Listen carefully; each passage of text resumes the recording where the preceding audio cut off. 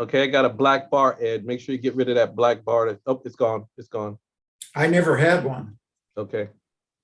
Why do these things appear? Don't know, but we're on now. So Okay. remember to tell people they can put questions in the YouTube chat. Okay.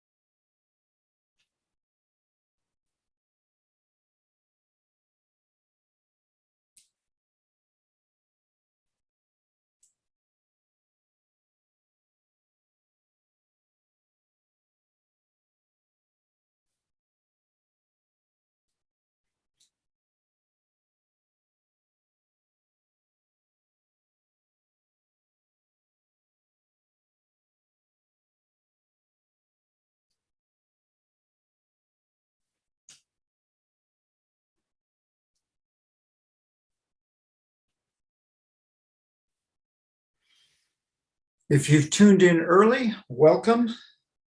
It is 3 minutes before 6 o'clock, and we will get started about 3 to 4 minutes after 6 with a welcome to give people time to log on after a busy day. So thank you for joining me, and we will be starting in a few minutes.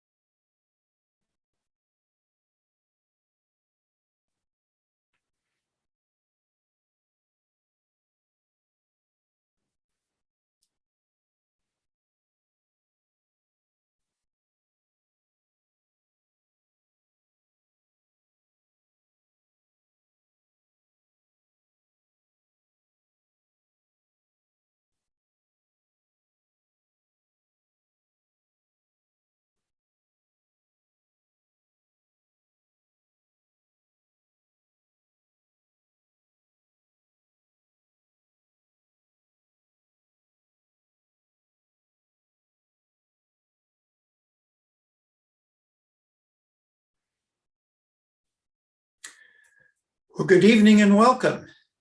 It is exactly 6 o'clock Pacific Standard Time in Seattle, Washington, at the Seward Park Audubon Center on the shores of Lake Washington. And we are here to take a look at some very colorful birds that I call Arctic visitors. I'm going to give people a few minutes to log on and join us. So we will start our presentation at precisely 6:04. So in the meantime, make yourselves comfortable. We are going to have a question and answer at the end of the presentation. You can put your questions in the YouTube chat, and our Center Director, Joanne Manson, will sort through those and moderate those. And hopefully we can answer any questions that we don't cover in the program. So get yourself a nice beverage, sit back and relax, and we will start our program in just about 3 minutes. And thank you for joining me.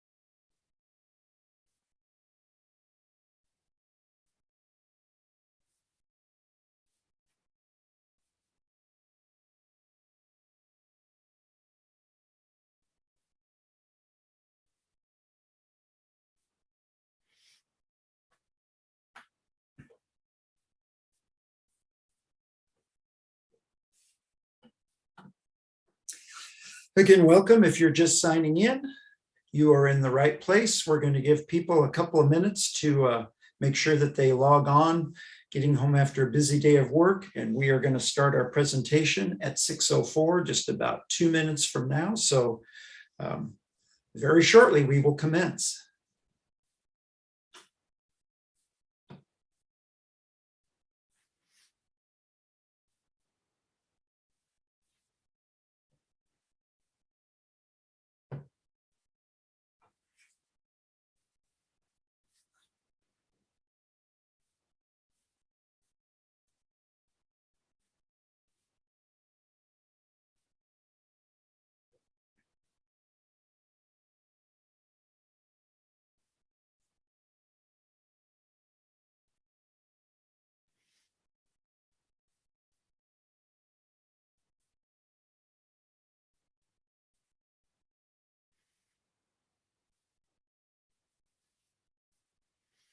More people are signing in. Great, thank you. We'll start in just about a minute. Make sure people have a chance, if they're running late, to log on and get themselves situated.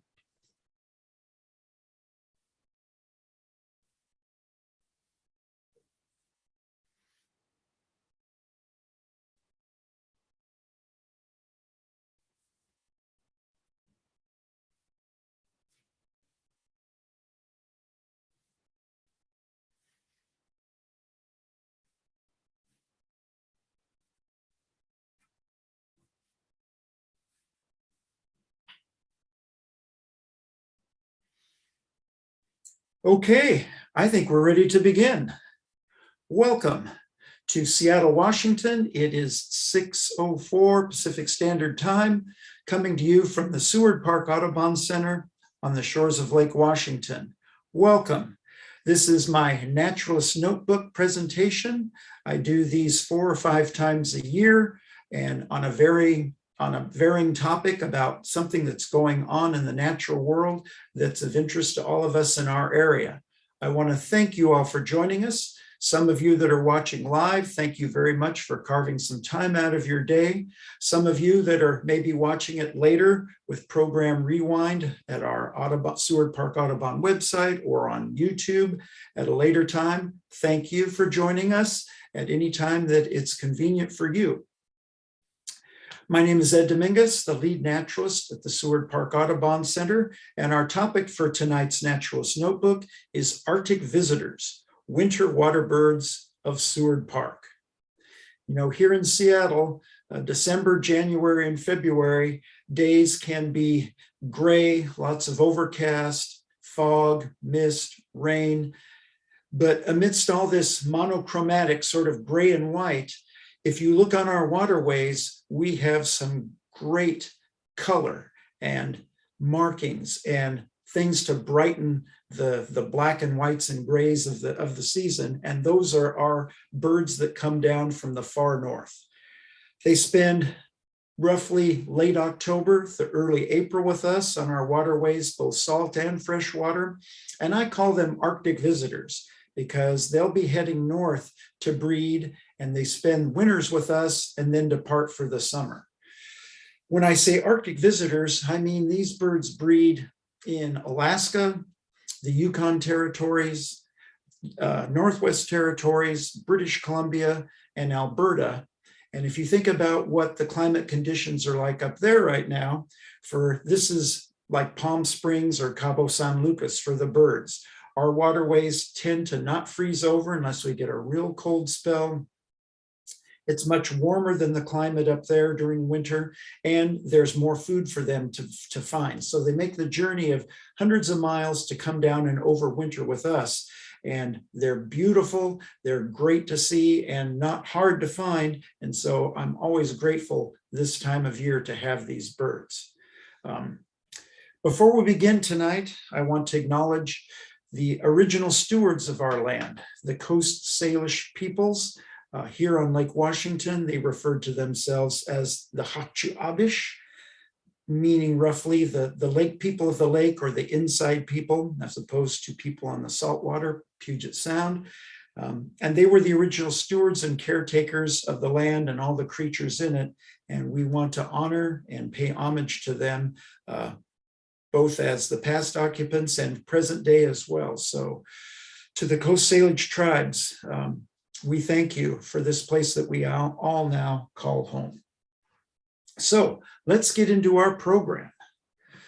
Tonight, I'm going to talk about three groups of birds we have on our waterways: ducks, grebes, and coots, similar yet different. I'm going to explain the differences between these three categories of water birds. Then we're going to look at representative species within each of the groups. Primarily, most species will be in the ducks, and I've selected ducks that are common around Seward Park and omitted several ducks, because if I went through all the ducks we have down here, might be 10:30 at night and still going on. And yet here is another duck, and this duck is called, so we don't want to do that. So I've selected several representatives to share with you tonight. If for some reason your favorite water bird or duck doesn't come up in the presentation, just ask me about it in the question and answer, and we can talk about that at the end of the program. But to keep it manageable, I've selected some of the most common and resplendent ducks we have around Seward Park. So ducks, grebes, and coots, similar yet different. Let's explore the world of ducks. So what makes a duck a duck? Simply put, they have skin between their front three toes that we refer to as webbed feet. The skin is called a patagium, and it's an evolution to allow ducks to propel themselves on the water. They spread their toes and push back in the water. The skin acts like a swim fin. On their recovery stroke, they close their toes together. The skin folds in between, and they have less resistance coming forward. So what makes a duck a duck? Webbed feet. Now, in the duck world, we can divide all of these mini birds into two big categories based on their feeding behavior: diving ducks and dabbling ducks. Diving ducks are easy to identify. Now you see them, now you don't. They're on the surface of the water, and usually just as you're bringing your binoculars up to check them out, check out their field markings, they dive down and disappear hunting for fish, and then they pop back up. Dabbling ducks tend to stay closer to shore and feed on a behavior known as dabbling, where they tip bottoms up with their rump in the air, their bill down in the water, and they muck around on the bottom for food, or skim along the surface and skim food debris that's on the surface of the water. We're going to take a look at the dabbling duck group first, and then the diving ducks.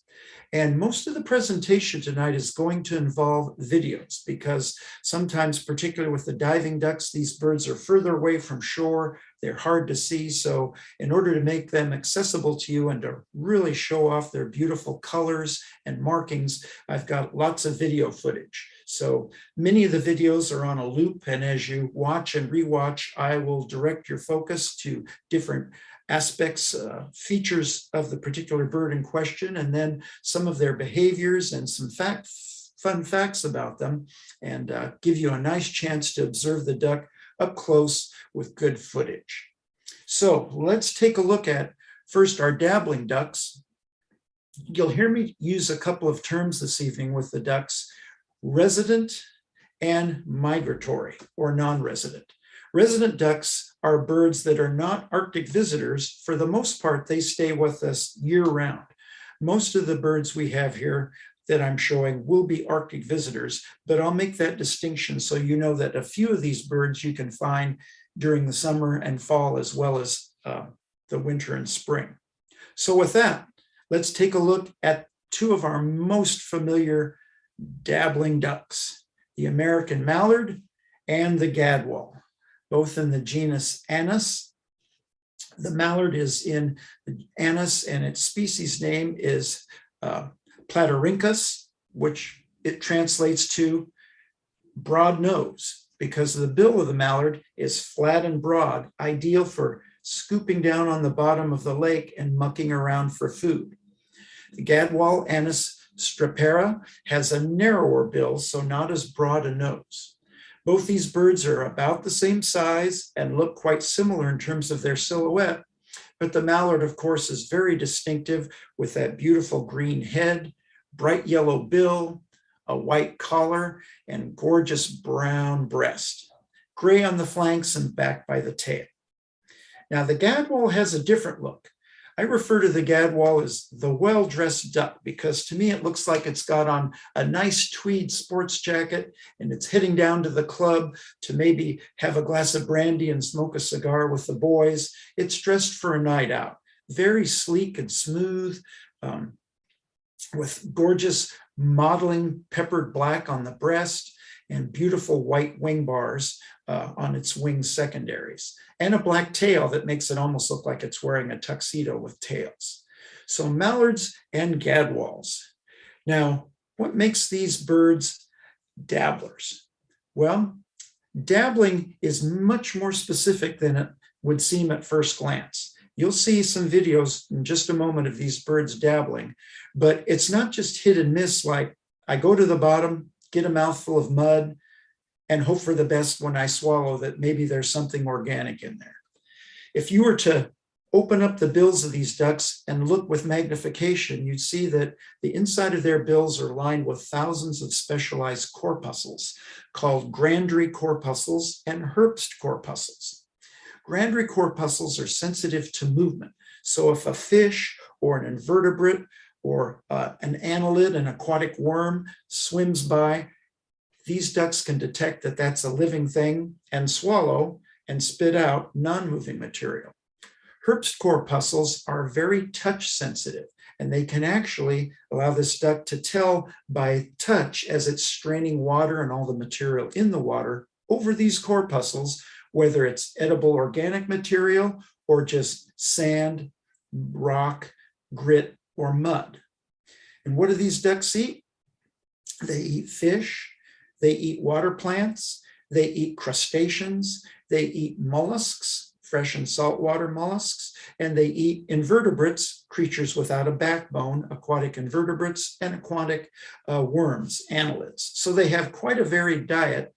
They will often come up particular times of the year up on land and will eat seeds and acorns. In fact, at Seward Park, we have many oak trees, red oaks and white oaks. And when the acorns are on the ground, these birds will come up and will just stuff themselves with acorns to the point where their throat's bulging and they're swallowing, trying to choke it down, and they have to head back to water to get a drink. So very specialized cells inside the bills of these birds enable them to be very efficient in feeding. So dabbling, much more sophisticated than just getting a mouthful of mud and swallowing. Let's take a look at the American mallard. So you can see the male on the left on an icy pond, as some are this year. The female, you'll notice, has very camouflaged dappling, kind of light tan to brown with dark brown speckles all over her body. There's the male swimming. Both the male and female have orange feet. And you'll notice the female's bill is orange with kind of a blotch of brown on the top. Female mallards and gadwals look very similar. When you see the gadwal, female gadwal coming up, you'll notice that her bill tends to be orange along the sides and dark on the top, whereas the mallard, it's more of just a brown blotch. This is variable because the brown is a result of melanin pigmentation, and that can vary. The best way to tell these females from one another is to see what male that they're hooked up with.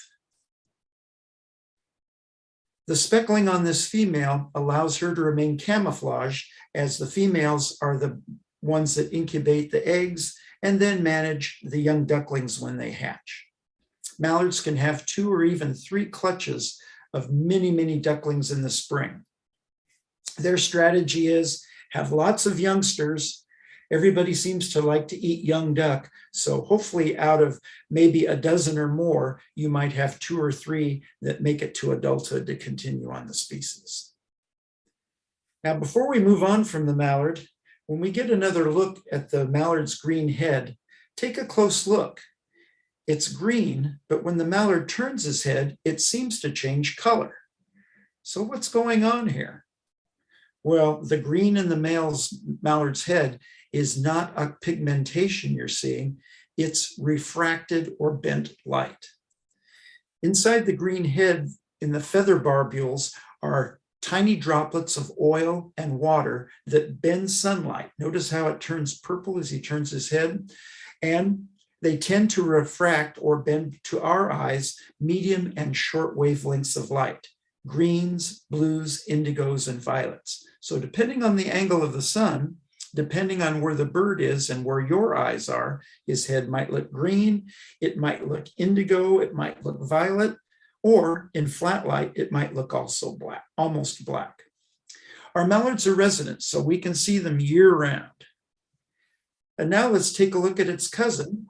This is the gadwal. The male gadwal's in the lead, and is exhibiting characteristic dabbling behavior. Notice how a variation of dabbling involves using their feet to stir up the bottom and pick up any living creatures, which then they can strain through their bills and have make a meal of. Gadwal's bill is dark, and you can see the females as orange along the sides with kind of a dark brown to black streak right on the top of the bill. Otherwise, very similar to the female mallard. Working the bottom, and then feeding on what looks good that they've picked to the surface. You tend to find mallards and gadwals close to the shore.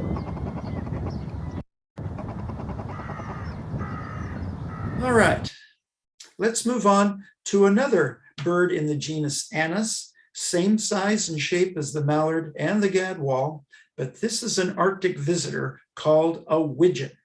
And we have 2 species in our area, the American widgeon on the top with the green sort of a circle that goes around its eye, and more rarely, but occasionally, the Eurasian widgeon. Now, the field markings of the widgeon are very distinctive. They're the size and shape of a mallard, but look at the head of the American widgeon. It's green around the eye, and then down the center of the head, it has a broad white stripe, kind of like the center stripe on a football helmet. And instead of having a yellow bill like the mallard or a black bill like the gadwal, it has a pale blue bill that's bordered by black. The sides are a beautiful kind of a cinnamon color with white and black on the tail, whereas the Eurasian widgeon has a kind of a nutmeg colored head And instead of having a white stripe down the center, it has more of an ivory or tan stripe, but the same kind of football helmet center stripe idea. Same pale blue bill with a dark tip called a nail, and a pale gray flank compared to the kind of cinnamon color of the widgeon. Let's take a look at the American widgeon as it's feeding. You can see that stripe down the center of the head.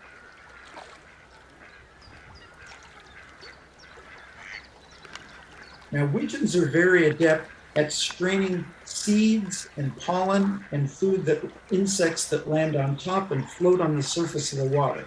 So they will dabble, but they like to skim food off the top of the water.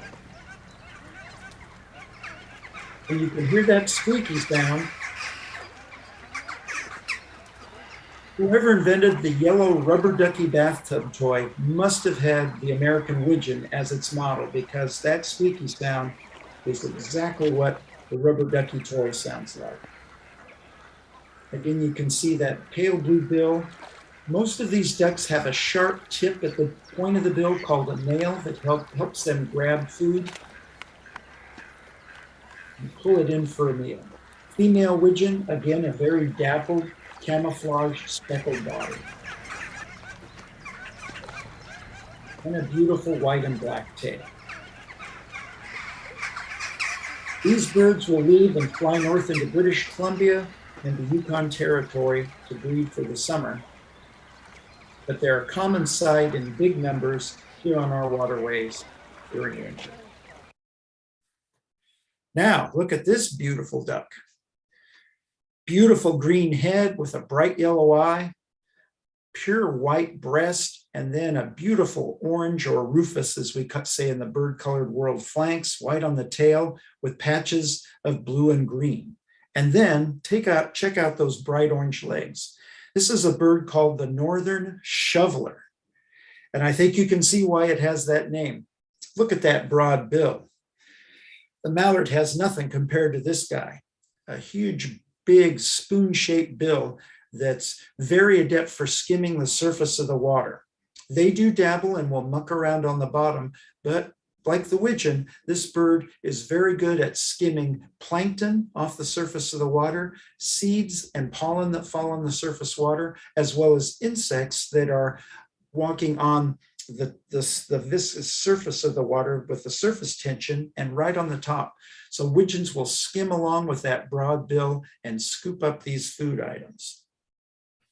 The northern shoveler. Northern shovelers are resident, so we will see them on our waterways year-round. And here's what they look like when you see them in a cluster. Bunches of white, green, and then that beautiful rufous orange. The females, again, have that dappled camouflage color, have a broad orange bill, but when you take a look at the size of it, you won't mistake them for a mallard. So the northern shoveler, a frequent bird on our waterways. Now, let's take a look at a couple of our ducks in the diving duck category. Remember, these are now you see them, now you don't. We have two species of ducks here that are called golden eyes. And I think you can see why they have that name, a bright yellow eye. We have two species that are on our waterways, the common golden eye and the Barrow's golden eye. The males are on top of the image, the females on the bottom, the common golden eye and the common Barrow's with the orange bill. Let's compare and contrast these two for a minute. When I'm talking about water birds, ducks, grebes, coots, I tell my people on my birding outings, first thing you want to look for is where's the white, because many of these birds have white somewhere on their body that's distinctive to that species. And if you can identify where the white is, you can narrow down the bird that you're looking at. So let's take a look at the common golden eye. It's white on the throat, green head, white all along the breast, and then right where the bird sits into the water is white. I refer to this as being white at the water line. In other words, where the bird and the water line meet, it's white. Then take a look at the back. On the common golden eye, you'll see that it's kind of got a white back with thin black lines. Contrast that with the Barrow's golden eye its back is mostly dark and has rather thickish white lines or white stripes. So they kind of have the reverse. Common, mostly white with thin black lines. The Barrow's goldeneye, mostly black with medium white barring. Then the facial disc is the real giveaway. The common goldeneye has a roundish patch. The Barrow's goldeneye has a sickle-shaped patch, pointed at the top, up near the top of the head, and then broader, kind of like a crescent. The female common goldeneye is mostly kind of a chocolate brown head with a yellow eye and a dark bill, whereas the Barrow's goldeneye has more of a dark coffee brown head and a bill that's mostly orange with a little black at the tip. Notice also the females' bodies.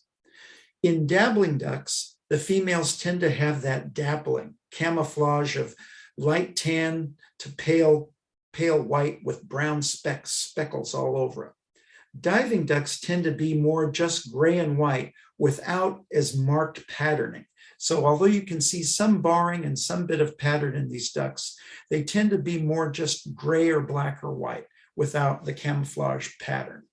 That's a good way for females ducks at a distance to know whether you're looking at a diver or a dabbler. In our area, Barrow's goldeneyes tend to prefer saltwater, Puget Sound. Common goldeneyes tend to prefer freshwater, although you definitely will see them on the Sound. Barrow's goldeneyes, not so often on freshwater. So let's take a look at the common goldeneye, and the video you'll see shows him moving amongst a bunch of Eurasian widgeons with their cream-colored to ivory-colored head stripe.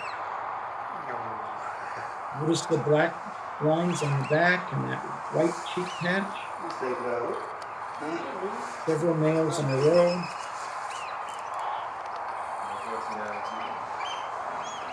Eurasian widgeons around. Speaking. With rubber ducks, bathtub toys.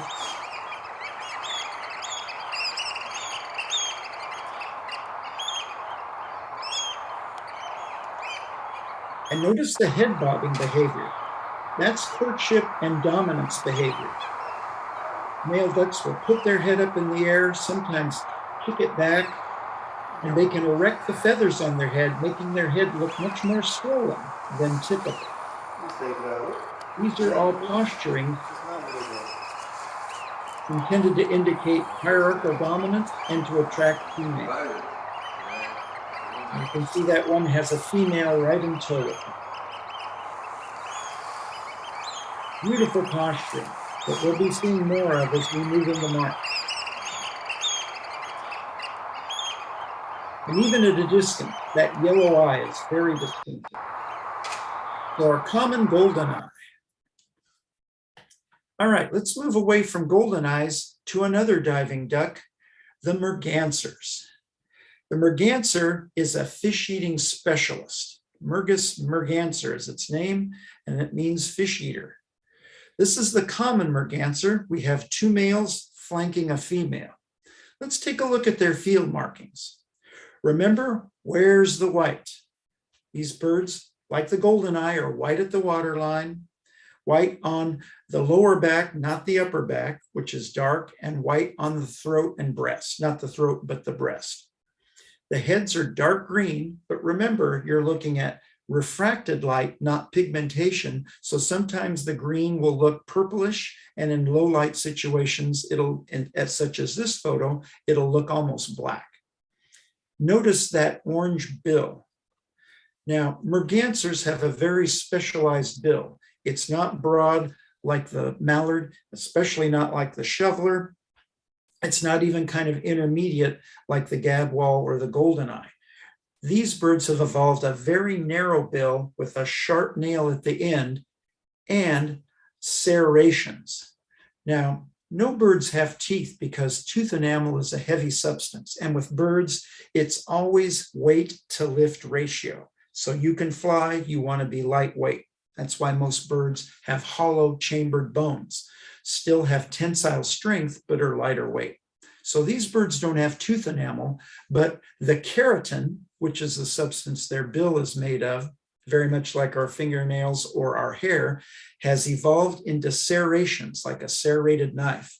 These are referred to as lamellae, and they allow the mergansers to clamp on to slippery fish and haul them in with great effectiveness. So they are not omnivores. Mergansers are fish-eating specialists. Take a look at the female in the center. She's got a hairdo with attitude. The feathers on the back of her head are sticking out like she's got some gel in them. The orange bill, and then notice right under her eye is a patch, kind of a chin patch, right at the base of the bill and underneath the eye. That's diagnostic for the female common merganser. So let's take a look at a video of these mergansers and some of their behavior. Here's our male on the left and the female on the right. That very conspicuous chin patch. And these birds are evidencing maintenance behavior, not feeding behavior. All birds have prenoil, water birds have prenoil glands in their armpits and at the base of their tail. They rub their bill on those oil glands to stimulate the secretion of oil. They smear the oil on their bill and then smear their bill on their feathers to evenly coat them with the prenoil and keep them in tip-top shape. Remember, it's the prenoil that keeps the birds waterproof and prevents them from getting hypothermia in cold temperatures, as well as protecting their skin. So well-groomed feathers are essential for the livelihood of a bird, and they spend a fair amount of time making sure they're in tip-top shape. Now and then you might have an itch too, and their orange feet are quite adept at that. Now mergansers use a feeding behavior called snorkeling, where they put their face in the water. Like all birds and some mammals, they have a third eyelid called a nictitating membrane that flashes from the inside of their eye to the outside. And with these mergansers, the nictitating membrane is clear. It's the equivalent of putting on a face mask and going diving or snorkeling. They can see the fish underneath with great clarity, and they can dive down to catch a meal. Another merganser we have in our area in the winter is the red-breasted merganser. The male on the left, the female on the right. Notice the head is smaller, and the back feathers on the male's head have that same hairdo with an attitude that the female common merganser had, but the male common merganser has a smooth head profile. Also notice the red eye, the beautiful white neck, and then the red on the throat and the upper breast. Looks kind of like a piece of candy corn to my eyes, except instead of having the white on the tip, it's in the middle. The female common red-breasted merganser looks similar to the common merganser, but is more brown on the flanks at the waterline. And notice the absence of that little white chin patch. Red-breasted mergansers are with us as an Arctic visitor, but they'll be heading north for breeding. The common merganser, some migrate, but some do stick around on our waters, and they nest in tree cavities alongside shores of rivers, lakes, or Puget Sound. So the red-breasted merganser with us for a while, but then heading to the north. And the third species of merganser we have is the most spectacular, the hooded merganser. And I think you can see right away where they get their name. The male has this beautiful white plumage that wraps around the back of its head. Doesn't have the red eye of the red-breasted merganser or the black eye of the common. The male has a bright yellow eye. Beautiful tan flanks with black and white. And the female has kind of her own hairdo with an attitude going on. Hooded mergansers are resident birds. A few migrate north, but many of them, like the common merganser, will breed here in tree cavities along rivers and lakes in the Sound in our areas. Let's take a look at hooded mergansers up close. I have a video that's a little longer, but it shows great courtship and posturing between males courting the females. You'll see the merganser males tilt their head way back, bob their head up and down, and make a grunting sound. Remember, these aren't songbirds, so they don't have a beautiful song to sing. It's physical posturing that shows where they strut their stuff.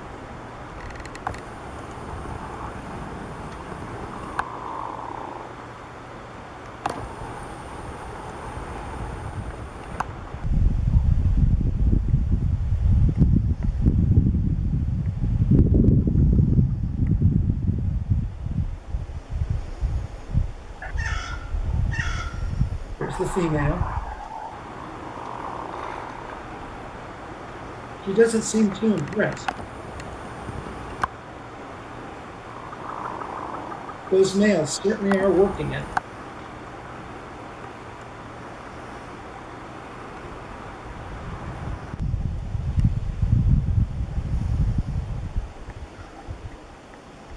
Circles around. They're all vying for her attention.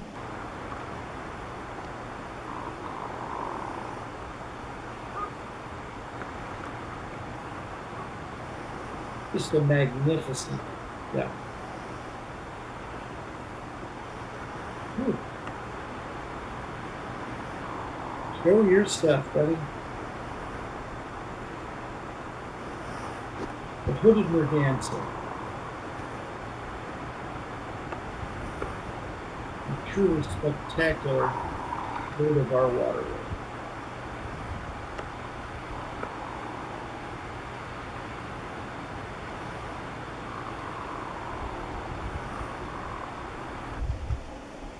Oh, she's so blasé.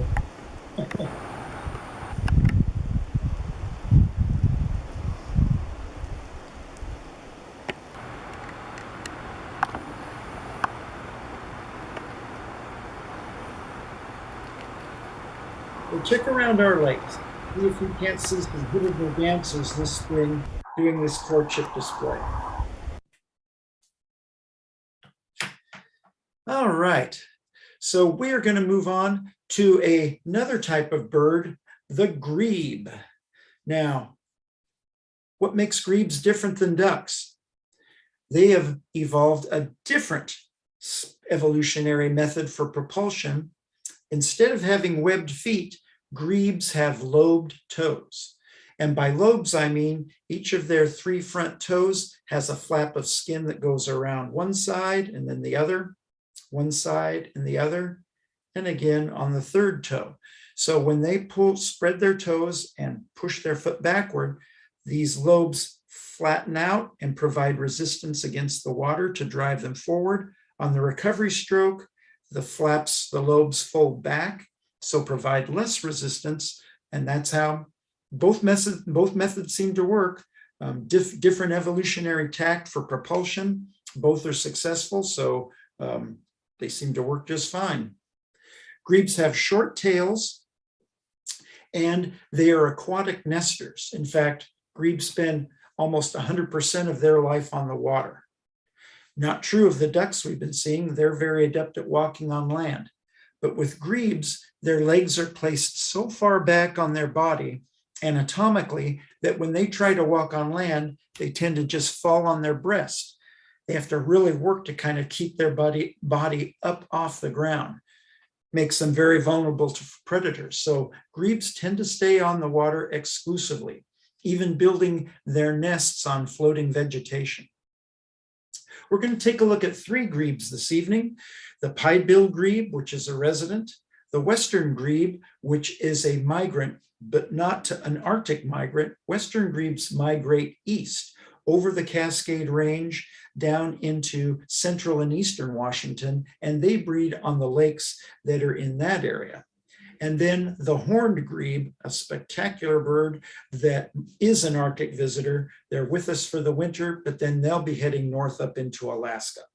So let's examine our grebes.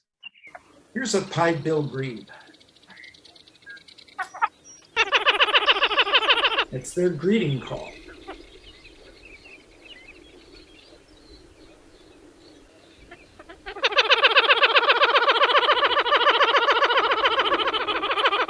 A very chicken-like bird. And the name comes from the pale, almost white bill with a black vertical stripe through it. Pied is short for piebald, meaning alternating black and white. They even move like chickens. They can have 3 or even 4 clutches a year on our waterways, and they build their nests on lily pads. So if you see an area of water that has pond lilies on it, look closely, you might find a pied-billed grebe on the nest. The western grebe.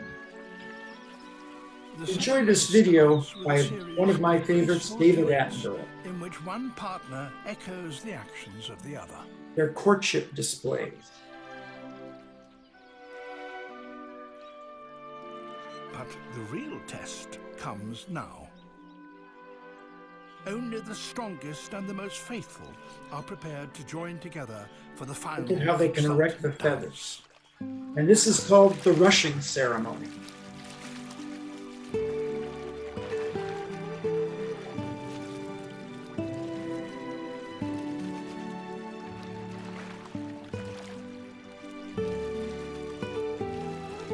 Isn't that exquisite?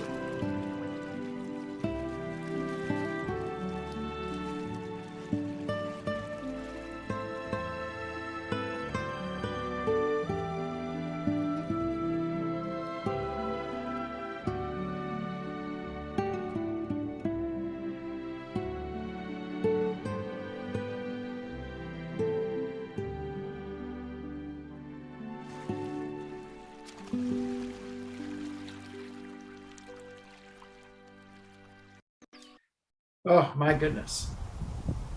All right. Western grebes tend to like to be out in deeper water. So in Lake Washington, a good place to find Western grebes is to go to Magnuson Park, and you tend to need to have a spotting scope to look over across the lake towards Kirkland, and you'll see their tall white necks out of the water.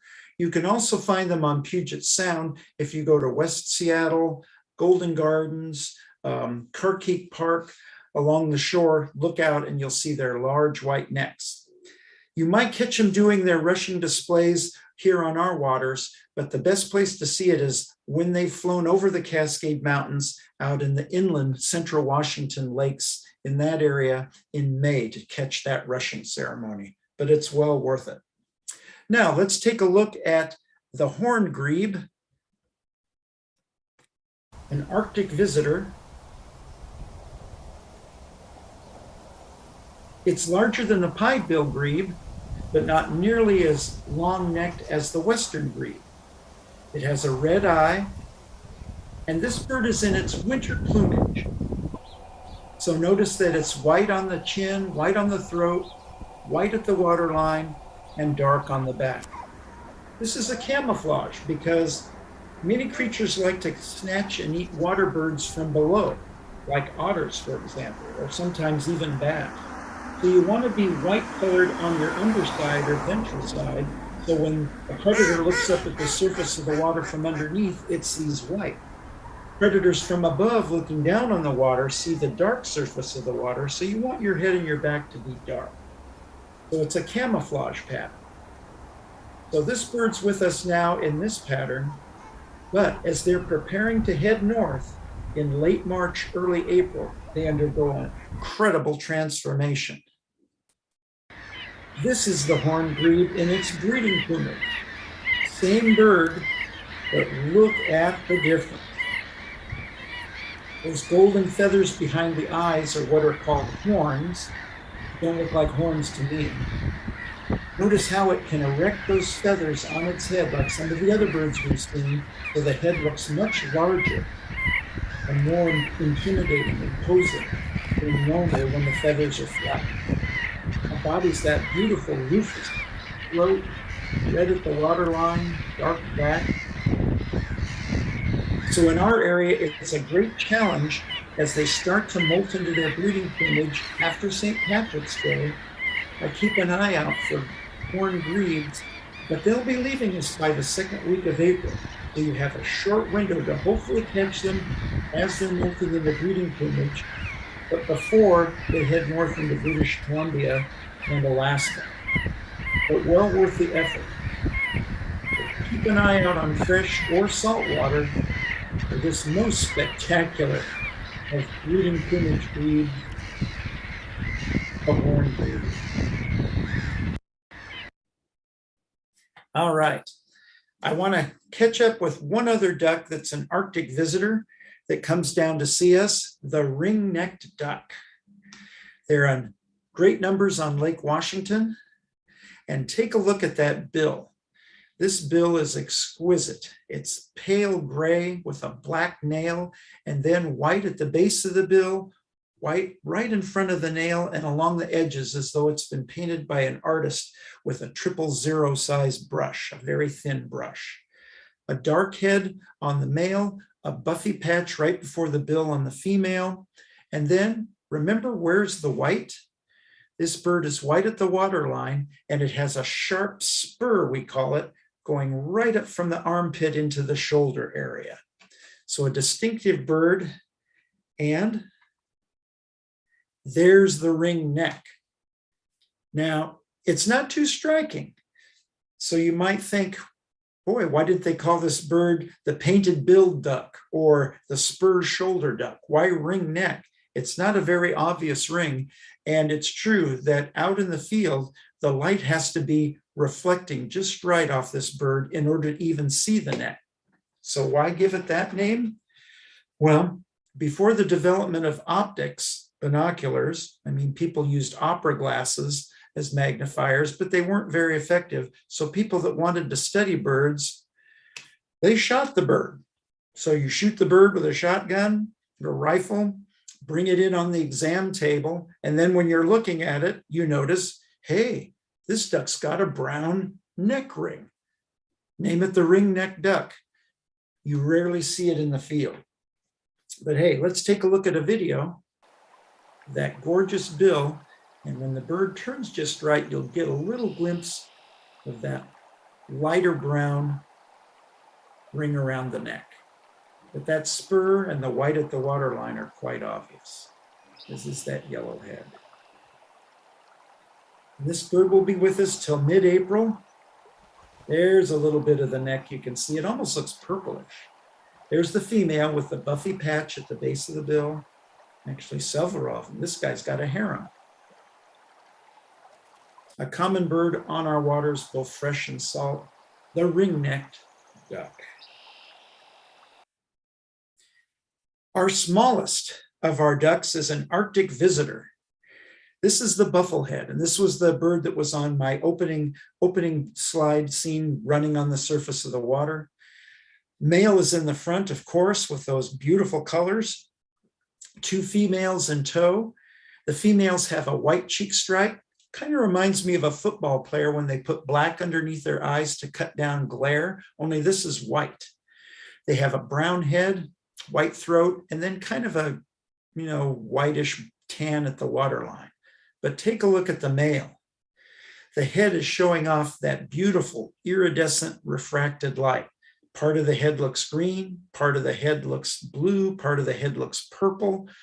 Same thing as with the mallard, same thing with the golden eye and the common merganser. All of these birds with green heads have these tiny droplets of oil and water that are refracting the light and breaking it up into the visible spectrum. So you're seeing the wavelengths, mostly mid-range to short wavelengths, green, blue, indigo, and violet.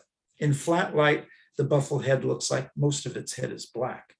And then, kind of similar to the hooded merganser, look at the white band around the back of the head. White at the waterline, orange feet. And this bird has an interesting name. People often ask me, buffle head, that's unusual. Well, it's in the genus scientific name Bucephalus, which means bison head. And it's that white around the back of the head that makes this very small duck have a head that looks disproportionate in size to its body. So Bucephalus, common name, buffalo head, abbreviated to just buffle head. A common bird all over our waterways in winter. Let's take a look at the buffle head. No doubt that they're divers. And down they go, the female close at hand. Now you see them, now you don't.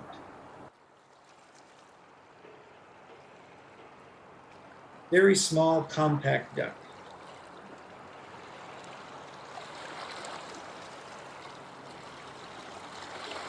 You can see in the flat light, the head looks almost black. This is many people's favorite duck. They're just very appealing. Their short, compact bodies, that beautiful white on the head and the white cheek stripe of the females make this a very attractive winter visitor to brighten our days. The Buffle Head. Now, let's take a look at the third category of bird I have for you tonight, the American Coot. The coot isn't a grebe. The coot isn't a duck. Coots are closely aligned with shorebirds that are known as rails. Virginia rail, the purple gallinal, but this bird is also more in open water than those birds, but it's in the same family. It's kind of a sooty, ashy gray, black head, red eye, and then a very sharply contrasting white beak. But this bird is showing off those feet. Like the grebes, coots have lobed toes, but there's a lobe for each of the phalanges of the toes rather than one big long lobe along the whole side of the toe in the grebe. These birds are even more chicken-like than the pied-billed grebe. When they move on the water, their head even moves back and forth. Unlike grebes, coots' legs are positioned on their bodies, so they're very adept at land as well as being on the water. You'll frequently see these birds in large numbers on all of our waterways because everybody seems to like coot. Eagles like to come down and eat coot. Otters like to grab coots from underneath. So their strategy is stay together in a large group where you have multiple pairs of eyes and ears looking and listening for danger. And if danger comes, they start splashing the water and spinning around, creating a very blurring, dizzying display that will hopefully deter a predator from honing in on any particular target. So let's take a look at the coot. I mentioned they're quite adept on land. Let's take a look at one on land and those lobed toes. This coot's got a little bit of attitude going on because he sees a female mallard and he just doesn't like her hanging around and chases her off. Look at those feet.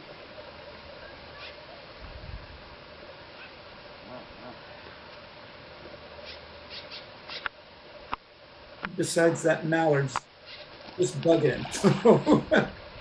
Talk about a little bird with some attitude going on. Look at that head posturing.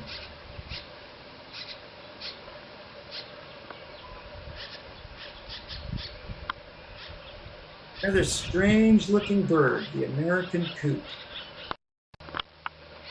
All right, that's on land, but this is typically how you see coots. In large masses on the water. Think of zebras on the plains of Africa. If a lion or hyena comes out, they start moving, and that dizzying pattern of black and white stripes makes a confusing visual display that makes it hard for a predator to hone in on an individual. Same strategy, but aquatic for these birds. They splash, spin around, there's lots of white bills, lots of black heads, and it's hard to get a bead on what individual you might like to catch. However, some predators have caught on. I've seen our bald eagle pair at Seward Park work in tandem, one right behind the other. The first eagle would swoop in over the coots, they'd dive down under the water. The second eagle behind is waiting, and as soon as the coot would pop its head out of the water, the second eagle's talons were extended and pow. They had coot for brunch. So you'll see these birds on fresh and salt water. They will be heading, some head inland to the inland Washington, and many of them will head north into British Columbia. They're everywhere right now. The American coot. So that's an overview of some of the beautifully colored birds we have and some of their spectacular behavioral displays that brighten up our gray winter days and bring delight to those of us that love to see birds. So at this time, if you have questions in the rushing ceremony of the grebes here, let's run with them. So Joy Manson, our center director, will queue up the questions, and I will do my best to see if I can answer them for you. And if I can't, I'll do some research. So thank you very much for joining me this evening, and I'm happy to answer questions. So Joey, what do we have tonight?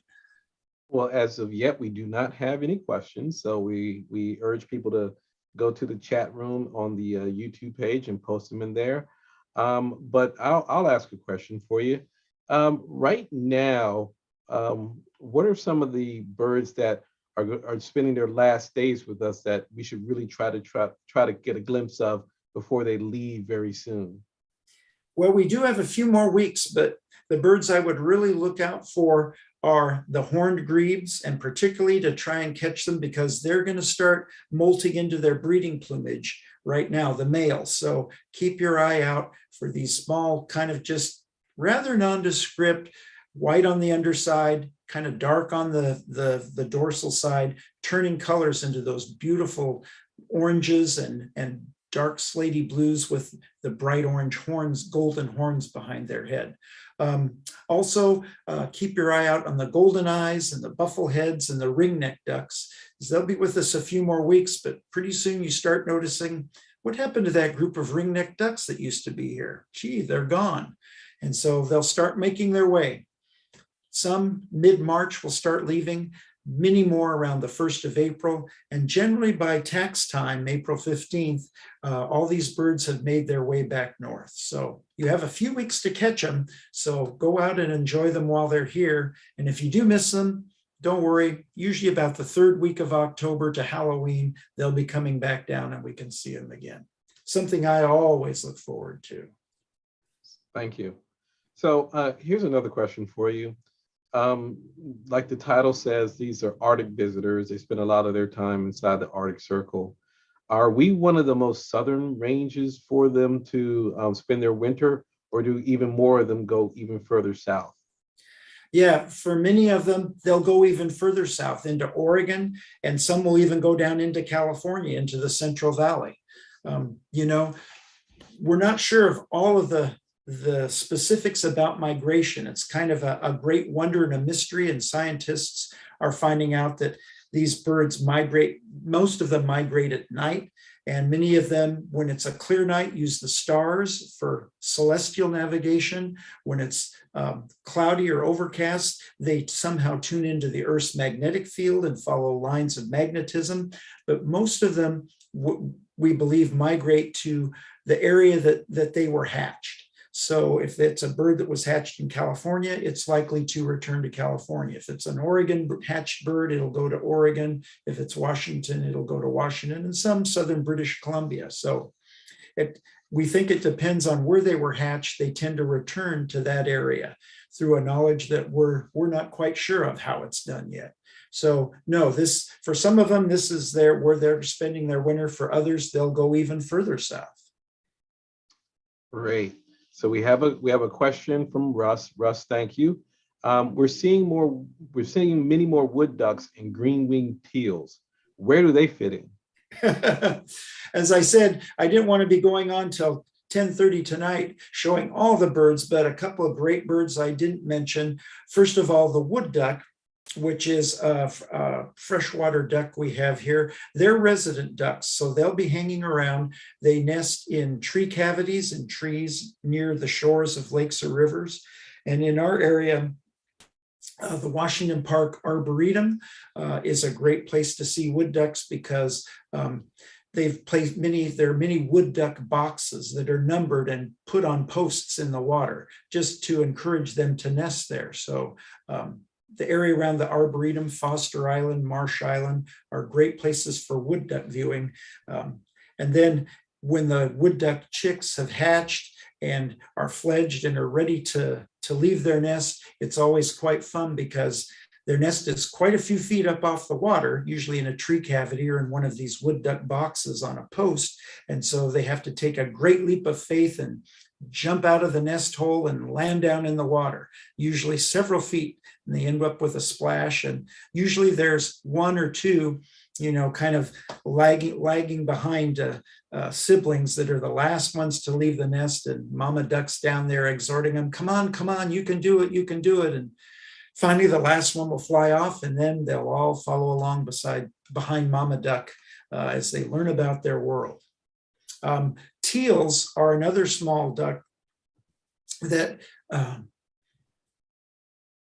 Some of them stay in our area. Many of them will head inland, like the western grebes that we have in our picture here. They will head over the Cascades to the interior of Washington and breed on the inland lakes all through central and eastern Washington. A few go north and a few do stay here, but by and large, they head east of the Cascades. So we have green-winged teal, blue-winged teal, cinnamon teal, small ducks that will be heading east. A great place to see them in the winter. You can see some teals up at the Arboretum. Hey, there we have a wood duck, one of the most resplendent and beautiful ducks. Unfortunately, we don't see them around Seward Park here, but if you go up to the Washington Park Arboretum, they're abundant in that area. So teals and wood duck. I'm glad that you mentioned them, Russ, because they are beautiful. Just for brevity's sake, I didn't include them, but they are great birds. All right, so we have another question from Denise. I read that loons and grebes have relatively solid bones. Are there other flighted birds who have solid bones? Loons and cormorants, which is a water bird I didn't include tonight, have solid bones because they are deep, deep divers. So these birds take advantage of fish that are further down that other birds can't reach, and so they go down to get them. But they have to have some adaptations that allow them to fight the buoyancy factor, which would want to keep them at the surface. So just like scuba divers have to put on a weight belt to fight the buoyancy of their air tanks, loons and cormorants have solid bones, not hollow bones, so that they can sink. Additionally, cormorants have preen oil that's not waterproof, so their feathers can become water saturated, again, that prevents the buoyancy factor and allows them to go deep. Our cormorants in our area tend to dive around 25 feet deep, which are deeper than these ducks do, but there's a species of cormorant that's been measured at 140 feet depth diving. And underwater, they look like missiles. They propel themselves with their back legs and just can jet around like you might imagine a seal or a sea lion moving underneath the water in pursuit of fish. The trade-off if you're a cormorant is that your life cycle basically is dive down to get a meal, come up and dry your plumage, repeat. So you'll see cormorants perched on any piling, speed buoy, trees near the water, drying their plumage when they're not actively in the water, fishing for a meal. So yeah, there are a couple birds that do have solid bones to enable them to dive deeper and catch prey species that shallower diving birds just can't get down to. Okay. Okay, let's see. So we have a question from Jill. Jill asks, aren't some of the peeps we are seeing along Alki also Arctic visitors? Yeah, we have many Arctic visitors on the saltwater. I tended to focus on the birds around Seward Park, but in the saltwater, you will see Barrow's golden eyes, which I did have tonight, but those tend to enjoy saltwater. If you look out on the saltwater further out, you may see some western grebes and a bird that looks very much like a western grebe called a Clark's grebe. Only difference is that western grebe has black over the eye and Clark's grebe has the black above the eye. You'll see the common golden eyes out there as well. You'll see most of the Arctic visitor birds I showed you tonight, buffle heads, ringneck ducks, mergansers of all kinds, red-breasted mergansers you'll see a lot on the saltwater. All those birds you can see, as well as some birds that are more resident, like the harlequin duck, Histrionicus histrionicus, which translates to the jester because it's got these comical stripes and markings on it. They're on the saltwater anywhere around Alki right now. And then they move into freshwater rivers. So they'll go into the Olympics and the Cascades to breed. So they're not an Arctic visitor. They're more like overwinter on open salt waters. And then for breeding, head into the forested areas along rivers and streams and breed there. So yeah, many birds you can see along Puget Sound, and Alki is a great place to look for those birds. All right, next up is Lisa. Lisa, first of all, thank you for sticking with us through our scheduling and technical difficulties. We're happy to be able to provide this presentation for you tonight. Can you tell us again where we might find the long neck grebes in the Seattle area? And when is the best time to catch the mating ritual? So the long neck grebe is the western grebe. And in our area, they like to be in Lake Washington. They like to be out in the deep open water. They're not a bird that comes close to shore. So I would suggest going to Magnuson Park, which is north of us on Lake Washington.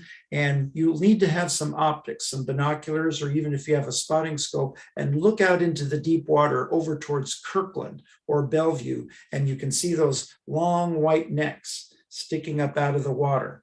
Also, they're out on the saltwater. So if you go to an area in Puget Sound, particularly if you can get some elevation. So in our area, I would suggest Carkeek Park in North Seattle. There's an area where there's actually a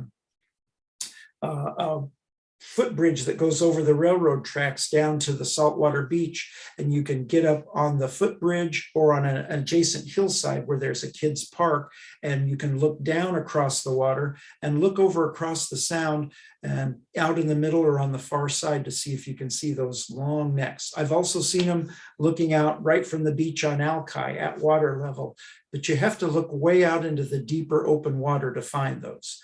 But fortunately, they have a long white neck, so they are conspicuous. You just have to look and look till you find them. Well worth looking for, though. Just a beautiful bird.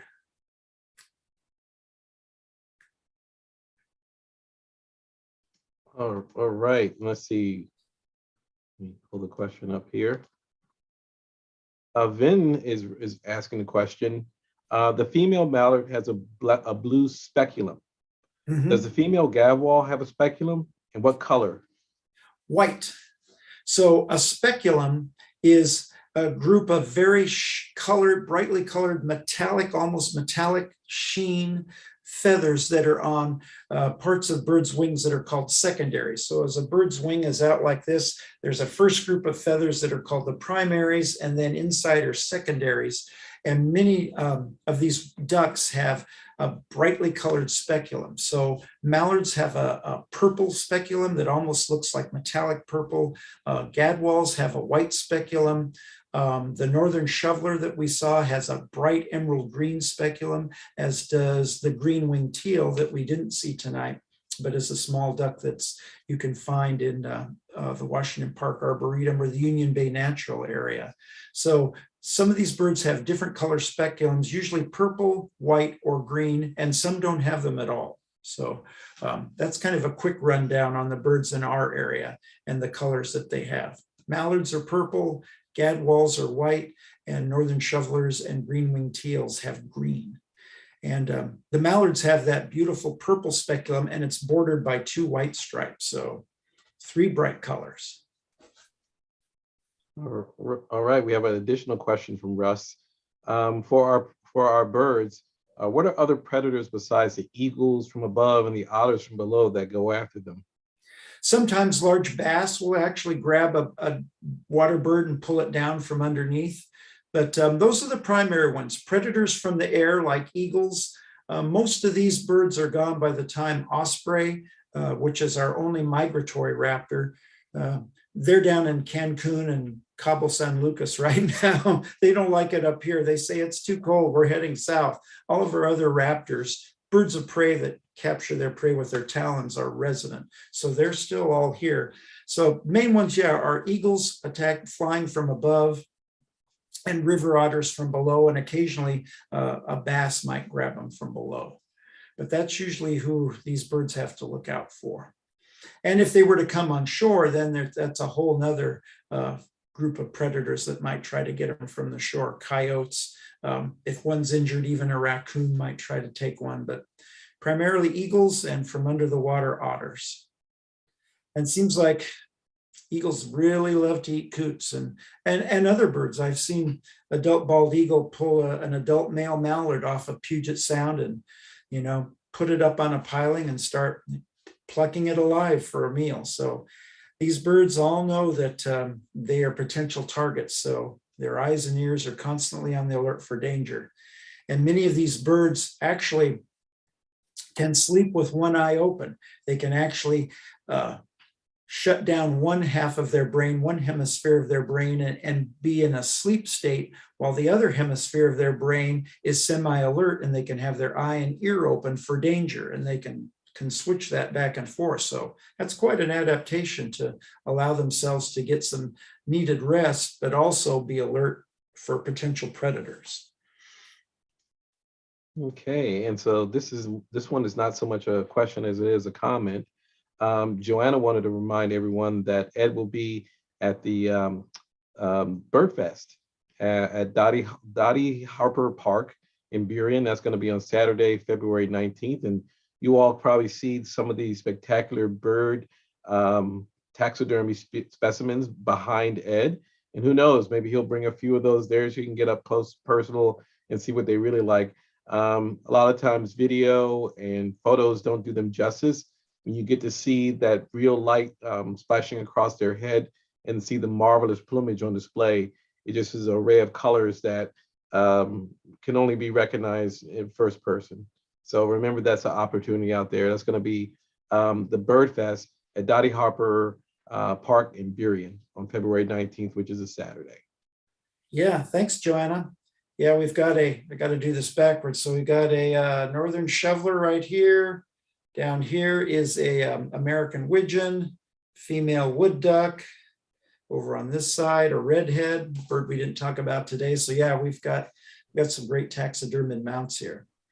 Yeah, Burien Bird Fest. Come on down and say hello, and we'll celebrate the great world of birds together at the Environmental Science Center down at Seahurst Park.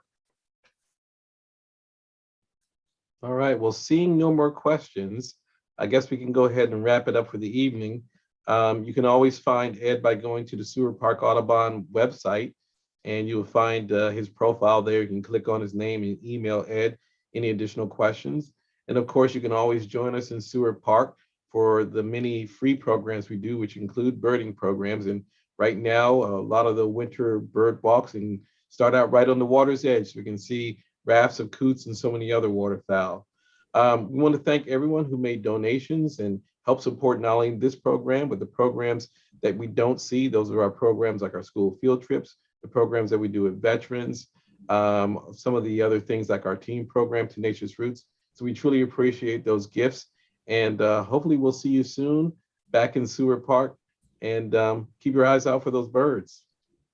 Thank you very much for joining me this evening. I really appreciate it, whether you're here live or watching later on YouTube at your own convenience. Thank you, and thank you for appreciating and caring for our birds. They add so much to our lives. Thank you. Have a great evening.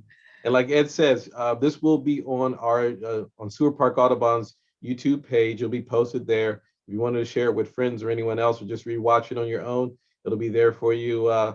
Probably starting 8 o'clock tomorrow morning or so.